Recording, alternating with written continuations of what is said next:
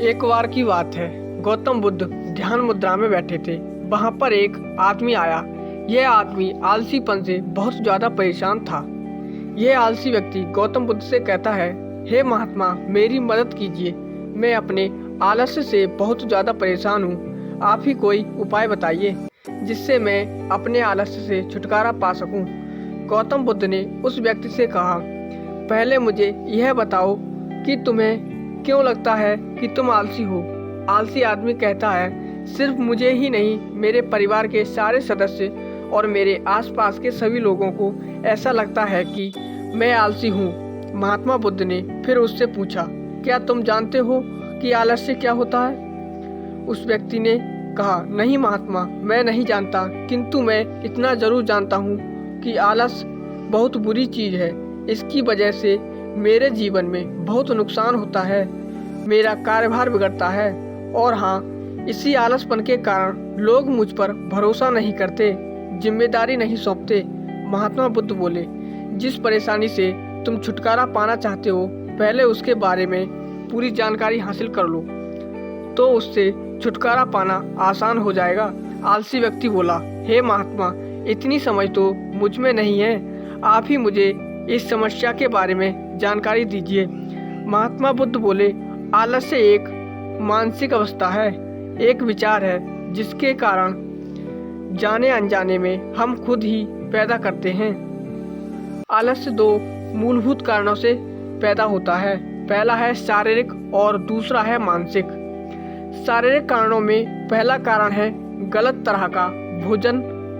हम सभी जानते हैं कि हमारे शरीर को भोजन से ही ऊर्जा मिलती है और यह ऊर्जा अगर प्राकृतिक वस्तुओं से मिले तो हमारा शरीर इससे अच्छी ऊर्जा प्राप्त करता है, जैसे कि फल, सब्जियां आदि। इससे उल्टा है, यदि निर्जीव वस्तुओं से ऊर्जा प्राप्त करते हो तो यह हमें आलस्य की ओर ले जाता है। दूसरा कारण, हमारी शारीरिक गतिविधियां भी आलस्य के चुंगल में फंसा सकती हैं। गौतम बुद्ध ने आलसी व्यक्ति को अपने शिष्यों की तरफ इशारा करते हुए कहा, देखो, इनके चलने फिरने बैठने के तरीकों में तुम्हें क्या अलग नजर आता है। जब आलसी व्यक्ति कुछ समझ नहीं पाया तब महात्मा बुद्ध ने उससे कहा, मेरे शिष्य जब भी बैठते हैं तो उनके रीढ़ की हड्डी एकदम सीधी होती है, चलते हैं तो उनके पैरों के बीच अच्छे से संतुलन बना रहता है और जब सोते हैं तो उनका शरीर एकदम शिथिल होता है। ऐसा करने से उन्हें रात्रि में सही तरीके से नींद आती है। आलसी व्यक्ति बोला, लेकिन नींद तो आलस्य का ही एक स्वरूप है। महात्मा बुद्ध बोले, हाँ, अगर उसे जरूरत से ज्यादा मात्रा में लिया जाए तो। बुद्ध ने इस बात को आगे बढ़ाते हुए कहा, नींद कम मात्रा में लोगे तो तुम्हें अगले दिन थकान महसूस होगी और ऐसा करने से ज्यादा आलस्य शरीर में आएगा। नींद ज्यादा लोगे तब भी यही परिणाम होगा। इसलिए नींद को न ज्यादा न कम, एकदम सही मात्रा में लेना अति आवश्यक है। आलसी व्यक्ति बोला, हाँ, यह तो मैंने भी अनुभव किया है। महात्मा बुद्ध बोले, अब मानसिक कारणों के बारे में जान लो। मानसिक कारणों में सबसे पहला कारण है हमारी पुरानी गलत धारणाएं। अक्सर ऐसा होता है कि हम पहले जिन कामों में असफल हो चुके हैं, हमारे अंदर ऐसी भावनाएं बन जाती हैं कि हम उस काम में हमेशा असफल होते रहेंगे। इसी वजह से हमें उस काम को करने में आलस्य आता है। ऐसी धारणाओं से छुटकारा पाने के लिए एकमात्र उपाय यह है कि हमें अपने मन को यह समझाना चाहिए कि पिछली बार उस काम में असफल हुए थे तो हम उसके बारे में जितना जानते थे, अब हम उसके बारे में कुछ ज़्यादा जानते हैं, क्योंकि असफल होने के बाद हम उस काम से काफ़ी कुछ सीख चुके होते हैं। दूसरा कारण है आलसी और कामचोर लोगों की संगति करना। कई बार ऐसा होता है कि हम आलसी नहीं होते, मगर जिनके साथ रहते हैं हम उनके जैसे बनने लगते हैं। इससे छुटकारा पाने का बहुत सरल उपाय ये है कि कामचोर और आलसी व्यक्तियों से दूर रहें। ऐसे व्यक्तियों की संगत में रहो जो अपने काम को बड़ी लगन से करते हैं पर अपने समय की पूरी तरह से कदर करते हैं। गौतम बुद्ध ने तीसरा कारण बताते हुए कहा, ये कारण आलस्य के लिए सबसे बड़ा कारण है और वो है काम को कल पर टालते रहना। यह कारण इतना शक्तिशाली है कि किसी भी व्यक्ति को बर्बाद कर सकता है।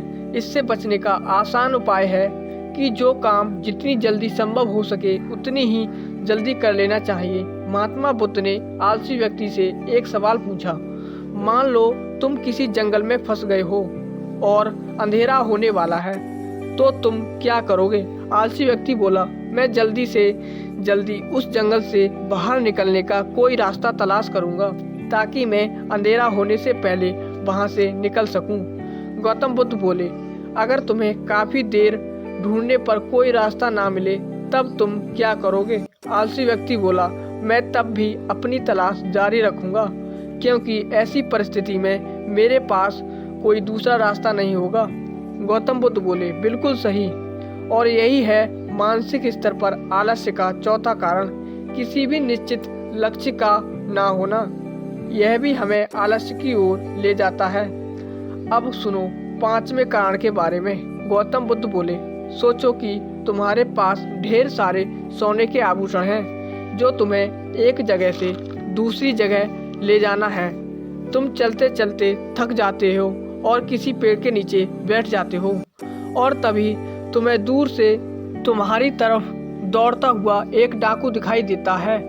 तो क्या तुम उस आलस्य के कारण वहीं बैठे रहोगे या ऐसी परिस्थिति में तुम वहां से उठकर दौड़ने लगोगे? आलसी व्यक्ति बोला, जी मुझे वहां से दौड़ना ही पड़ेगा, नहीं तो मेरी जान और मेरे सोने के आभूषण दोनों को खतरा हो सकता है। बुद्ध बोले, यानी कि तुम्हारे पास एक ठोस वजह होगी दौड़ने के लिए। यही है आलस्य का 5वां कारण, यानी किसी भी काम के लिए ठोस वजह का ना होना। वो आलसी व्यक्ति महात्मा बुद्ध की बातों से अत्यंत संतुष्ट हुआ और बोला, हे महात्मा, अब मैं आलस्य के बारे में सब कुछ जान चुका हूँ और मैं इन सभी कारणों पर काम करूँगा और अपने आलस्य को भी दूर भगा दूंगा। दोस्तों, आलस्य का रोग जिस किसी के जीवन को पकड़ लेता है तो फिर वह संभल नहीं पाता। आलस्य से देह और मन दोनों कमजोर पड़ जाते हैं। आलसी व्यक्ति जीवन भर अपने लक्ष्य से दूर भटकता रहता है। जो आलसी है वह कभी भी अपनी आत्म चेतना से जुड़ाव महसूस नहीं कर सकता। कई बार व्यक्ति कुछ करने में समर्थ होता है फिर भी उस कार्य को टालने लगता है और धीरे धीरे कई अवसर भी हाथ से निकल जाते हैं। तब पछताव के अलावा और कुछ नहीं बचता। आज नहीं कल यही आलसी व्यक्तियों का जीवन सूत्र है। शायद आलसी व्यक्ति यह नहीं सोचता कि जंग लगकर नष्ट होने की अपेक्षा श्रम करके मेहनत करके घिस घिस कर खत्म होना ज्यादा बेहतर है। वेदों का उद्घोष है कि उठो जागो और इस जीवन में जो प्राप्त करने आए हो उस लक्ष्य के लिए जुट जाओ। आलसी वह नहीं जो काम नहीं करता, बल्कि वह भी अपनी क्षमता से कम काम करता है।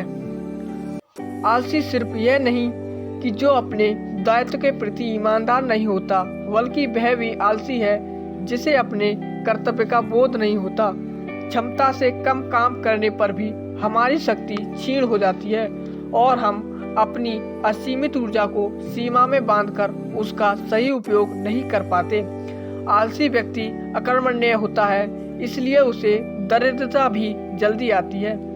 आलसी व्यक्ति उत्साही न होने के कारण जीवन में अक्सर असफलता का सामना करता है। दोस्तों, सफल होने के लिए जरूरी है कि हम आलस्य का त्याग करें और अपनी पूरी क्षमता से काम करें। दोस्तों, आज के वीडियो में फिलहाल इतना ही। अगर यह वीडियो आपको अच्छी लगी हो तो इसे अपने दोस्तों के साथ शेयर करें और लाइक करें और हमारे चैनल को भी सब्सक्राइब करें। मिलते हैं ऐसी ही अगली वीडियो में, तब तक के लिए धन्यवाद।